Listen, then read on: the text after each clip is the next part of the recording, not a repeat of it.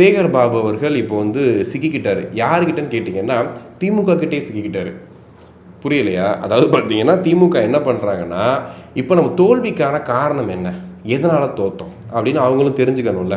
ஏன்னா எப்போவுமே ஒரு ப்ராசஸ் பண்ணும்போது அதில் ஏதோ ஒரு பிரச்சனை ஆகிடுச்சு, தோற்று போயிட்டோம் அப்படின்னா நம்ம திரும்ப வந்து ரிவைன் பண்ணி பார்க்கணும். ஏதாவது தப்பு நடந்திருக்கா, ஏன் இந்த விஷயம் தப்பாக போச்சுன்னு யோசிக்கணும்ல. அந்த வேலையை திமுக செய்கிறாங்க. வெரி குட், சூப்பர் அப்படின்னும் போது அது ஒரு அறிக்கையாக வெளியாக இருக்குது. அந்த அறிக்கையில் என்ன நடந்திருக்கு அப்படின்னா, என்னென்ன விஷயங்கள் வந்து திமுக கோட்டை விட்டுருக்கு அப்படின்றத திமுக கண்டுபிடிச்சி ஒரு அறிக்கையாக வந்து கொடுத்துருக்காங்க. என்னென்னா, மகளிர் உரிமைத்தொகை போதுமான எண்ணிக்கையில் கொடுக்காததால் உரிமை தொகை கிடைக்காத மகளிரிடம் அவநம்பிக்கை ஏற்பட்டது தோல்விக்கு காரணம் அப்படின்னு சொல்லிட்டு ஃபர்ஸ்ட் ஒரு காரணத்தை சொல்கிறாங்க. அடுத்ததா, இந்து சமய அறநிலையத்துறை கோயில் அறங்காவலர் குழு நியமன பொறுப்புகளில் அதிமுகவிலிருந்து திமுகவிற்கு வந்தவர்கள் மற்றும் சேகர்பாபுக்கு வேண்டியவர்களுக்கு மட்டுமே பொறுப்பு வழங்கப்பட்டதாக குற்றச்சாட்டு. இது ரெண்டாவது காரணம். முதலாவது காரணம் என்ன சொன்னோம்? மகளிர் உதவித்தொகை.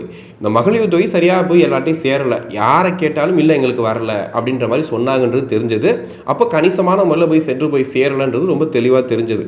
அந்த மகளிர் உரிமை தொகையும் இந்த இலவச பேருந்து இதை வச்சே வந்து பெண்கள் வாக்குகளை கவர்ந்தெல்லாம் நினச்சிட்டு இருந்தோம். ஆனால் அது எல்லாமே அப்படியே வந்து விஜய் கிட்ட போயிருச்சு அப்படிங்கிறத இப்போ தான் வந்து திமுக அதை கண்டுபிடிக்கிறாங்க. அடுத்ததாக, இந்த அறங்காவலர் அப்படிங்கிற அந்த ஒரு போஸ்டிங், இது என்ன அப்படின்னா, ஒரு கோயிலோட அந்த ஒட்டுமொத்த கண்ட்ரோலுமே அந்த அறங்காவலர் அப்படிங்கிற ஒருத்தர் தான் இருக்கும். அங்கே என்ன செய்யணும், என்ன பூஜை நடக்குது, என்ன காணிக்கை, எல்லா விஷயங்களும் அவர்கிட்ட தான் இருக்கும். இந்த நியமனம் அப்படின்னும் போது அதில் கொஞ்சம் காசு பொருளக்கூடிய ஒரு இடம் தான் அது. நிறைய காசு பொருளும் அங்கங்கன்னு போகும். ஒரு மாதிரி கெத்தான ஒரு பொறுப்புன்னு வச்சுக்கோங்களேன். இந்த பொறுப்பு வந்து போடுறது அமைச்சர் கையில் இருக்குன்னும் போது இவர் என்ன பண்ணியிருக்காரு அப்படின்னா, அதிமுகலும் திமுக வந்தவங்க, சேகர்பாபுக்கு சொந்தக்காரன் தெரிஞ்சவன் எல்லாரையும் கொண்டு வந்து அதில் போட்டிருக்காரு அப்படிங்கிறத கண்டுபிடிச்சிருக்காங்க.